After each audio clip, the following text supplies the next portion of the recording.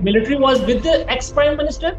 No, the military was in fact with the students' movement. He believed that Bangladesh is also a property, our property, because it is my father's property.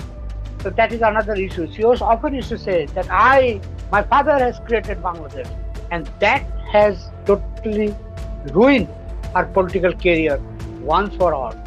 Yunus had given an interview from Paris long before this protest. He wants that there should be a midterm election to restore democracy. अस्सलाम वालेकुम ABN originals आप देख रहे हैं। जमाल अहमद आपके साथ हूं। सलीम समद साहब मेरे साथ मौजूद हैं फ्रॉम बांग्लादेश। बांग्लादेश में क्या हुआ, वजह क्या थी, कौन कौन लोग इसमें शामिल थे और अब क्या होगा, इस सब पर बात करेंगे। सलीम साहब, अस्सलाम वालेकुम, how are you? I'm fine, thank you. What basically happened there? There was a student protest since 1st of July, so it is just a month before.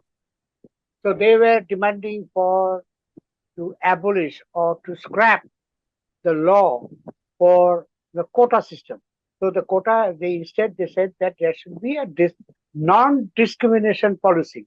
Nobody would be discriminated, whether he's from the hills or from the plains, or he can be a farmer, he can be a fisherman, he can be anybody, that person. I mean, whether he's a student, because in every level there is a quota.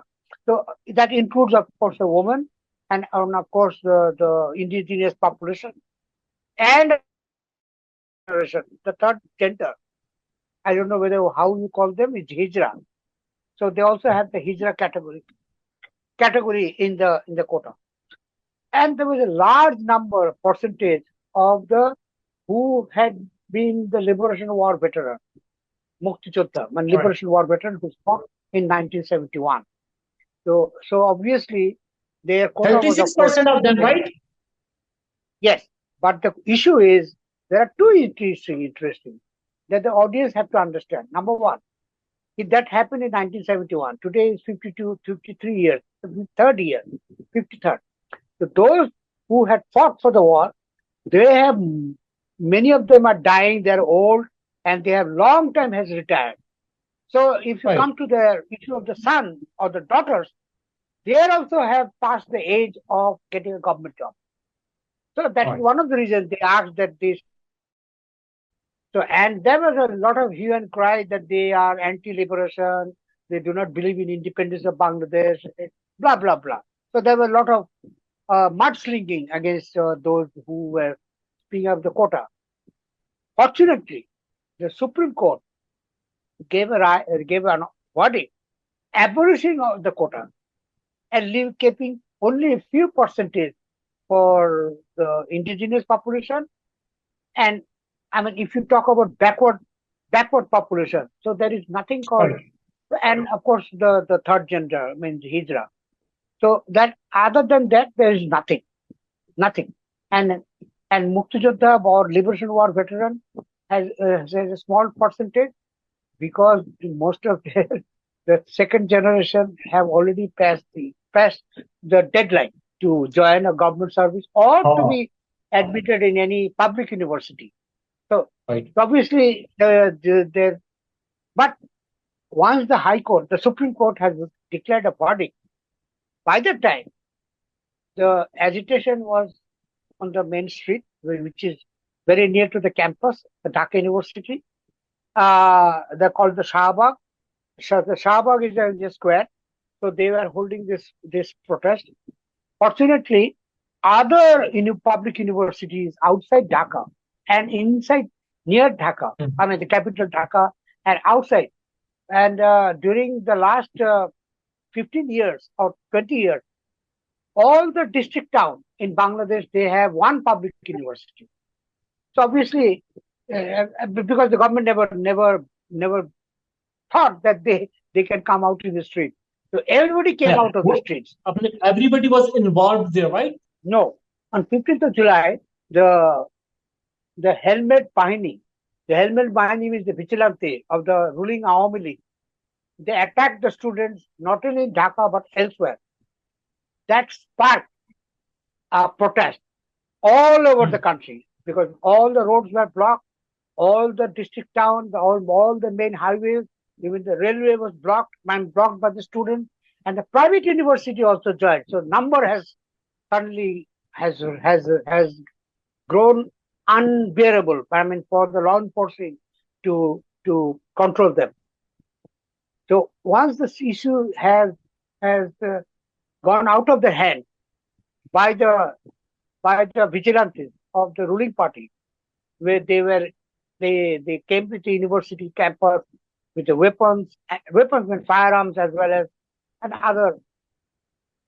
On the 30th of August, by the time they have already declared that there will be 1 point demand, and the demand was that Sheikh Hasina has to resign, because there were, by the time, 200 people had been shot and killed by the police. What happened in Bangladesh resulted in Hasina Wajid's resignation. Not just resignation, she just fled from Bangladesh. Like, even didn't announce his resignation, she just fled. Yes, you're right. So yes, it is what they all want, just to the resignation of the Prime Minister. Okay, yes, you are right. She had to resign, because yesterday means, which is Monday, by Sunday, in fact, last Sunday, by Sunday, all the people from all walks of life, all professions, even the vendors, the rickshaw pullers, you don't have rickshaw puller, pedal rickshaws, rickshaw pullers, vendors who are selling fruits and other things on the roadside, all of them joined. I mean, can you imagine? That has never, very unprecedented, never in the history of Bangladesh, these people had joined any protest or anti-government movement. How many military personnel was hostage? There was no military person who were hostage or kept captive. Military was with the ex-Prime Minister? No, the military was in fact with the students' movement. They joined the students' movement. So that had happened even in Turkey, for example. It happened in Turkey. It happened in many other countries, because the military had to request Hasina that you have to leave. Just like that, the military just requested? Are they forced? No, there was a lot of negotiations has to be very challenging. Negotiations had happened during that period in the last 4 days. So Shakida Hasina, of course, her father is the founder of Bangladesh. Obviously, she believes that Bangladesh is also her property, because it is her father's property. So that is another issue. She also often used to say that my father has created Bangladesh. So she has all the right to own this country. Who is in control, running the affairs of Bangladesh? We don't have any government right now. The president is he's in charge. The president is, in fact, we have a parliamentary form of government. We have a president who is a selected president, who is in charge. And hopefully by today, the interim government will be announced. Dr. Yunus has agreed upon taking charge. Do you see him as a caretaker for a brief period? In fact, I mean, he's not in the country right now. He was in Paris for the Olympics inauguration. He was a special guest of the French government. So that is where, for the first time from Paris, he gave an interview to an Indian leading newspaper that he have demanded for a midterm election. Yunus had given an interview from Paris long before this protest. I mean, on the day of the inaugural of the Paris Olympics, the same day he gave an interview to the leading Indian newspaper that he wants that there should be a midterm election to restore democracy, and of course, and gave support to the students' movement. So obviously, right now we don't have a government. If he will take charge of the Bangladesh, so you see him for a caretaker brief period, or for a longer run he will run Bangladesh? Yes, you're right. According to the political norm, the interim government is supposed to be for 90 days, 3 months.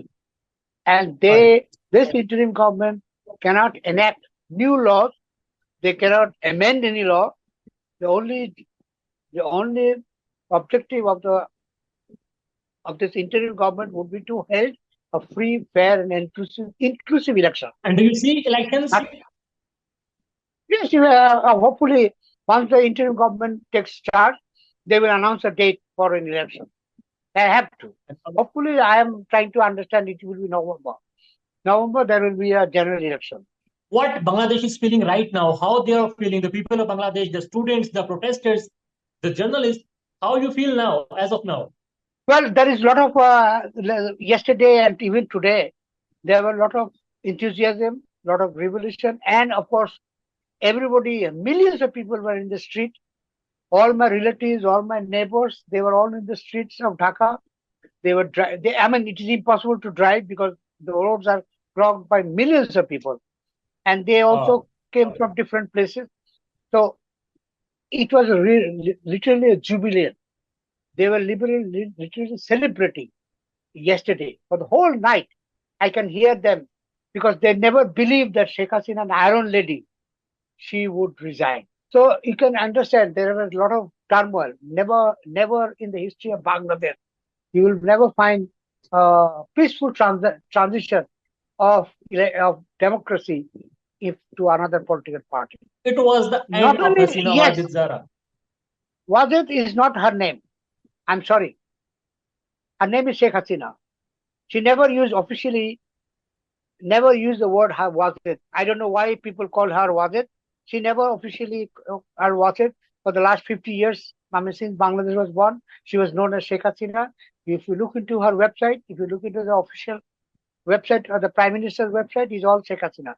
Okay, let's not bother about Wajid or Wajid was his husband's name. And because she's more popular as a Sheikh Hasina, not Wajid. The last part of that, this is the first time head of the state had fled the country. And that has totally ruined her political career once for all.